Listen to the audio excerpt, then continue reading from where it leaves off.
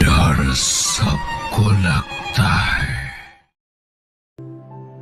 गांव के बिल्कुल किनारे पर एक विशाल ताड़ का पेड़ है और उसके बगल में बाढ़ से घिरा एक छोटा सा मिट्टी का घर है। घर मनोहर चक्रवर्ती का है,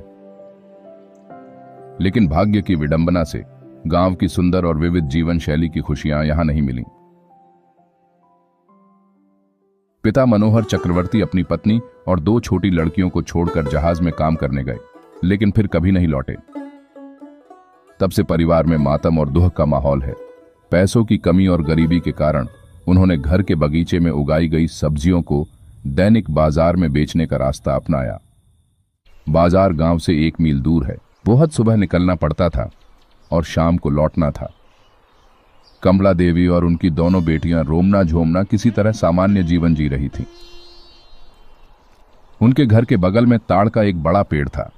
इसमें फूल और फल कुछ भी नहीं फलता था, जिसे बंजर वृक्ष कहा जाता है। शाम में लोग ताड़ के पेड़ से परहेज करते थे। खासकर बच्चों को उस पेड़ के आसपास जाने की इजाजत नहीं थी। लोगों का मानना था कि शाम ढलते ही उस ताड़ के पेड़ से कुछ नीचे उतरता है, एक पैर वाला बहुत ही भयानक भूतिया जीव। गर्मी का मौसम था, काल बैसाखी का समय। चारों ओर घने बादल छाए हुए हैं, तूफान उठ खड़ा हुआ है।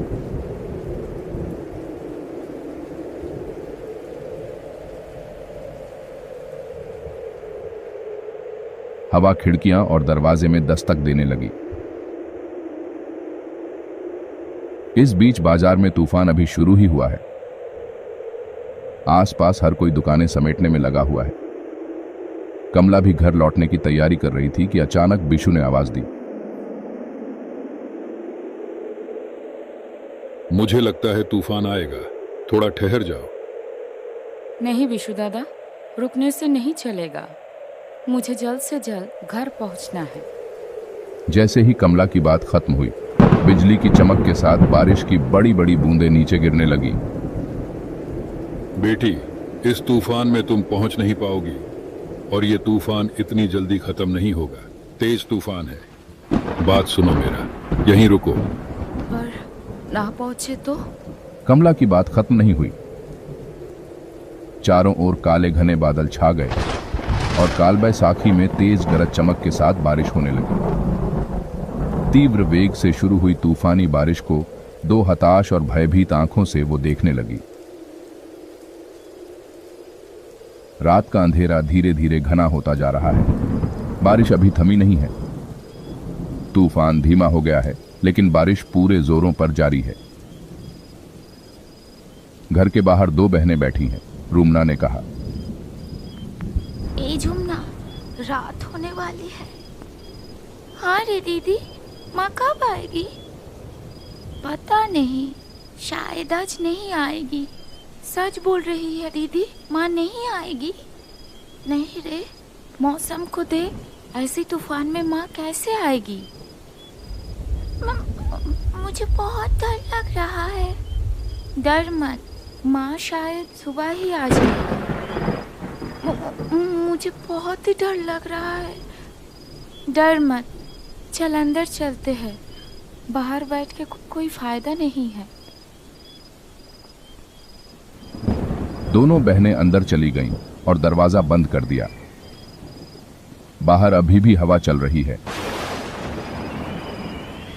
बारिश की रफ्तार के साथ रात का अंधेरा बढ़ने लगा है। धीरे धीरे घर के आसपास गहरा अंधेरा छा गया। सुबह के बने हुए चावल थे। दोनों बहनों ने वही खाकर सो गईं। जमे हुए अंधेरे के चारों ओर प्रकाश के एकमात्र स्रोत के रूप में बस एक लालटेन जल रहा था। बंद दरवाजों और खिड़कियों की दरारों से हल्की ठंडी हवा आने लगी। 2 बहनें एक कंबल ओढ़कर सो गईं।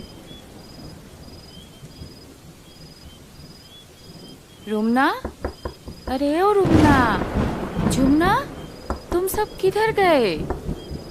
दरवाजा खोलो। रात का कौन सा समय होगा? करीब 2 या 2:30 बजे। चारों ओर से हवा की आवाज अब भी आ रही है। आवाज सुनकर रूमना जाग गई। ऐसा लग रहा था मानो कोई उनका नाम पुकार रहा हो। मन का वहम सोचकर वह दोबारा सोने जा रही थी, तभी वो आवाज फिर से सुनाई दी।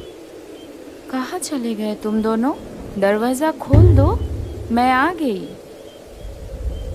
बाहर बहुत तूफान है, मैं भीग गई हूँ, दरवाजा खोल दो। फिर वही आवाज रूमना के कानों में आई। वह कांपते हुए उठ बैठी। कमरे में काफी अंधेरा हो गया है।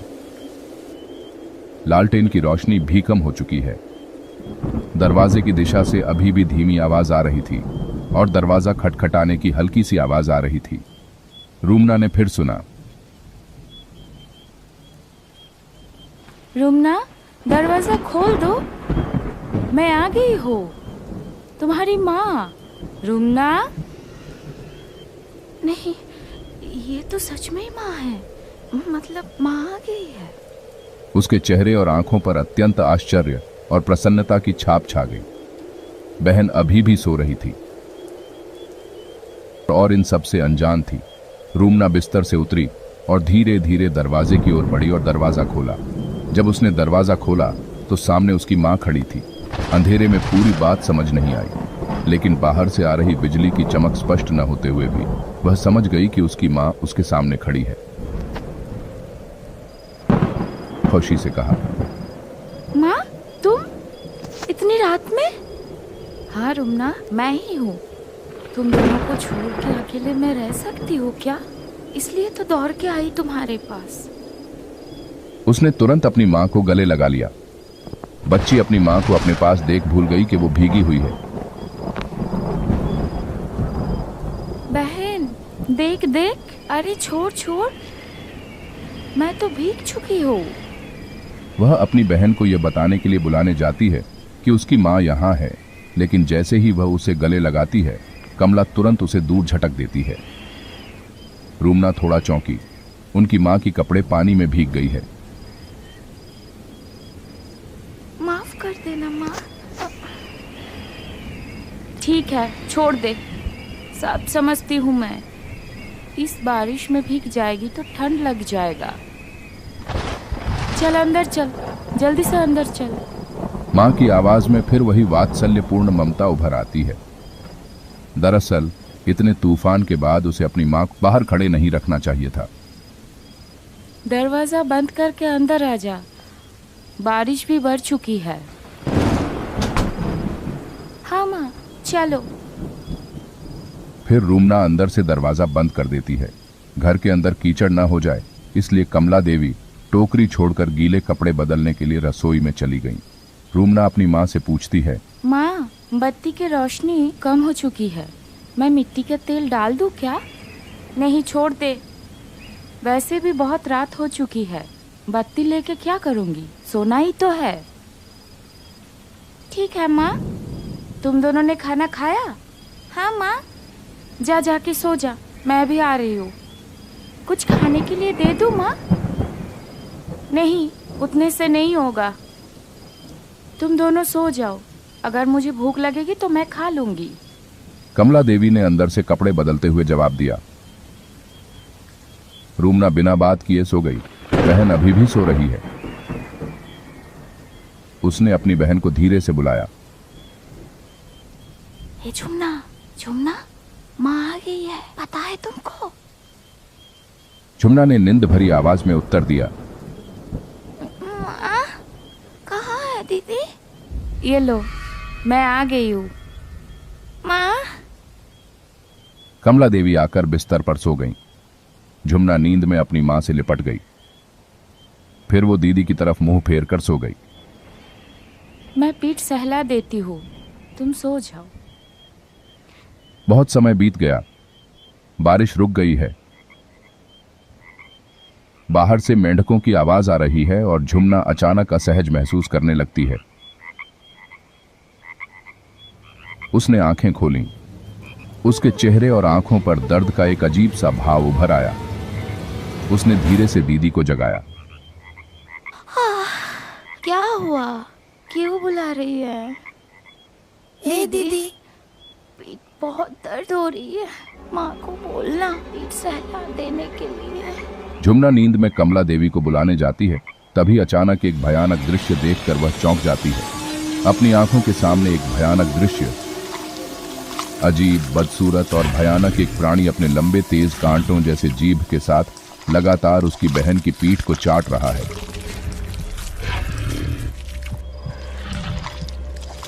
उसकी जीभ से खून टपक रहा है। उसकी मां कहां? ये तो कुछ और है। एक बड़ा मुंह, चेहरे पर नुकीले दांतों की कतार उभरी हुई है। भय और घबराहट के कारण उसकी जबान से कुछ भी नहीं निकला और वह फिर से बिस्तर पर सो गई। झुमना फिर कहती है, बोला तुमने दीदी, तो बहुत ज्यादा दर्द हो रहा है और जलन भी। रूमना ने कोई जवाब नहीं दिया। उसका शरीर डर से कांप रहा था। कोई उत्तर न पाकर झुमना ने अपनी मां को पुकारा। माँ, ओ माँ, पीठ जलन हो रहा है, थोड़ा सा सहला दीजिए ना। हाँ, दे रही हूँ। थोड़ी देर बाद झुमना फिर सो गई, लेकिन रूमना को अब नींद नहीं आ रही थी। वह करवट लेकर लेटे लेटे डर के साथ सोचने लगी। इस रात में कौन आया? वह सोच ही रही थी कि क्या करे। अचानक झुमना के चेहरे पर दर्द के भाव आ गए।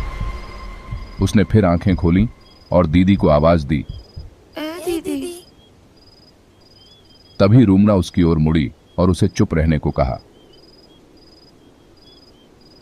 माँ नहीं आई है। हमारे बगल वाले तार की पीठ से भूत आया है। हम लोगों को अभी भागना पड़ेगा। झुमना चौंक गई। भय से उसकी नींद उड़ गई। जब वह पूछने गई तो वह उसके कान में फुसफुसाकर कहती है, दीदी, कैसे कैसे बचेंगे हम? बहुत डर लग रहा है और पीठ में भी जलन हो रहा है। चुप, कुछ करती हो। माँ, ओ माँ, पिसाव आई है। जाओ क्या? जा, जल्दी आना। पर माँ, डर लग रहा है। बहन को साथ में ले जाओ। ठीक है, जा, पर जल्दी आना। बाहर मौसम भी खराब है और उस तरफ का तार का पेड़ भी अच्छा नहीं है। एक पैर वाली भूत रहता है उधर। मुश्किल हो जाएगा, जल्दी से आ जाना। कमला देवी के स्वर में जवाब आया। दोनों बहनें धीरे धीरे बिस्तर से उठीं और दरवाजे की ओर आईं। रूमना ने उसका हाथ कसकर पकड़ लिया और दरवाजा खोलकर बाहर चली गई। फिर धीरे धीरे दरवाजे पर कुंडी लगाते ही दरवाजे में एक हल्की सी आवाज हुई। तुरंत अंदर से एक तेज खून जमा देने वाली चीख निकली। तुमने मुझे बंद कर दिया, बदमाश बच्चे। खोल खोल, जल्दी से खोल, वरना तुम दोनों की गाल मरोड़ दूंगी। भाग, जल्दी भाग बहन, जल्दी भाग। दीदी, मेरा पीठ बहुत दर्द हो रहा है। भाग भाग, जल्दी भाग, भाग जल्दी, भाग भाग, जल्दी भाग। इतना कहकर दोनों बहनें तेज गति से भागने लगीं। पीछे से दरवाजा खटखटाने की आवाज और उस अजीब सी चीख की आवाज आने लगी।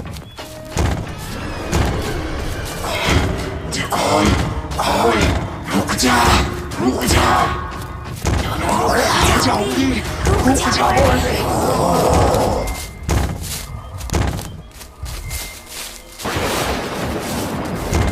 कुछ ही पलों में दरवाजा तोड़कर जीव अपने एक पैर पर कूदकर बाहर आ गया और बड़ी तेजी से उनका पीछा करने लगा। फिर आसमान टूट पड़ा और तेज आंधी के साथ बारिश होने लगी।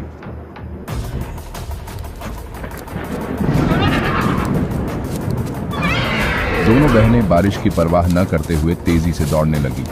खेत, मैदान, बांस के जंगल को पार कर वे धीरे धीरे दूसरे मोहल्ले की ओर आ गए। अभी भी वह अजीब भूत उनका पीछा कर रहा है। उसकी भयानक हंसी की आवाज आने लगी। भूत धीरे धीरे उनकी ओर बढ़ने लगा। जितना हो सके तेजी से दौड़ते हुए उस मोहल्ले का पहला घर अचानक सामने आ गया। खोलो खोलो दरवाजा खोलो, बचाओ बचाओ, खोलो खोलो दरवाजा खोलो, खोलो खोलो, बचाओ हम लोगों को, खोलो बचाओ दरवाजा खोलो, बचाओ बचाओ। रूमना झुमना उस घर के दरवाजे पर आई और तेजी से दरवाजा खटखटाने लगे। कुछ ही देर में घर के मालिक देवराज गोस्वामी ने दरवाजा खोला। अरे क्या हुआ है बच्चा, इतनी रात को? हम लोगों को बचा लो, वो मार डालेगी हम दोनों को। दीदी बहुत दर्द हो रही है। तभी झुमना रुमना के कंधे पर बेहोश हो गए। देवराज बाबू ने बिना देर किए जल्दी से उन दोनों को अंदर ले लिया और दरवाजा बंद कर दिया। फिर कुछ देर बाद जब वो दोनों संभल गए तो गोस्वामी जी ने रुमना से सब कुछ बताने को कहा। उधर गोस्वामी जी की पत्नी झुमना को संभाल रही थी। रुमना धीरे धीरे गोस्वामी जी को सब कुछ बता देती है।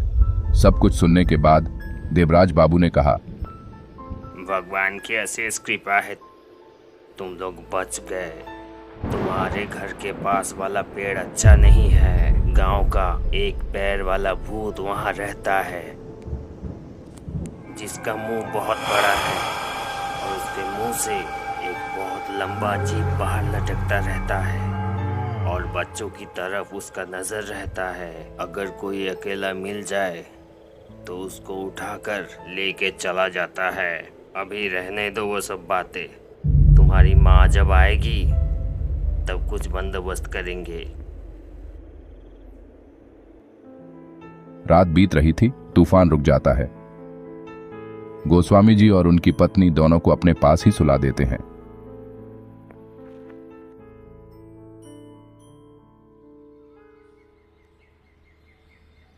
ओ गोस्वामी जी, दरवाजा खोलिए। ओ गोस्वामी जी, दरवाजा खोलिए ना, मैं कमला हूँ। इतनी सुबह अब कौन आया है? आती हूँ, रुको। उन्होंने दरवाजा खोला तो उनको एक औरत दिखाई दी। चेहरे पर भय के भाव, डर से चेहरा सूख गया है। गोस्वामी जी की पत्नी समझ गई और उसे अंदर बुला लिया। गोस्वामी जी आए, उन्होंने धीरे धीरे सारी घटना बताई। रुमना झुमना सही सलामत है, यह सुनकर कमला देवी का चिंतित मन थोड़ा शांत हुआ। उसने दर्द भरी आवाज में पूछा, मेरी बच्ची किधर है? वो लोग ठीक है, सो रहे हैं, सब बंदोबस्त कर दिया है, चिंता मत करो। लेकिन गोस्वामी जी, अब क्या होगा? ऐसी अवस्था में ये घर छोड़ के कहाँ जाऊंगी? सुबह घर जाके देखी, पूरा घर टूटा हुआ है, सब बिखरे पड़े हैं। फिर जमीन में पैर के निशान देख के दौड़ के आई इधर। अच्छा ठीक है, देख रहा हूँ, बच्चे सो रहे हैं, तुम कुछ खा लो। दोपहर को मैं कुछ लोग और तांत्रिक बुला के लाऊंगा। दोपहर में देवराज बाबू, कमला देवी और रुमना झूमना उनके घर गए। लोगों की मदद से वो भूतिया पेड़ उखड़ गया और पड़ोस के गांव के एक तांत्रिक ने उस स्थान पर यज्ञ किया और कहा, इस जगह को मैंने मंत्रों से बंधन कर दिया है और चिंता की कोई कारण नहीं है। कुछ दिन बाद यहाँ अच्छे से सब्जी लगाना। इस जमीन में सब्जी उगाने से पैसों की कमी नहीं रहेगी। तब से कमला देवी उस जमीन पर सब्जी उगाने लगी और पैसे कमाने के लिए उन सब्जियों को बाजार में बेचने लगी। LDDDकियों को स्कूल भेजकर शिक्षित करने लगी। इस प्रकार कमला देवी के परिवार में एक सुंदर सुखी परिवार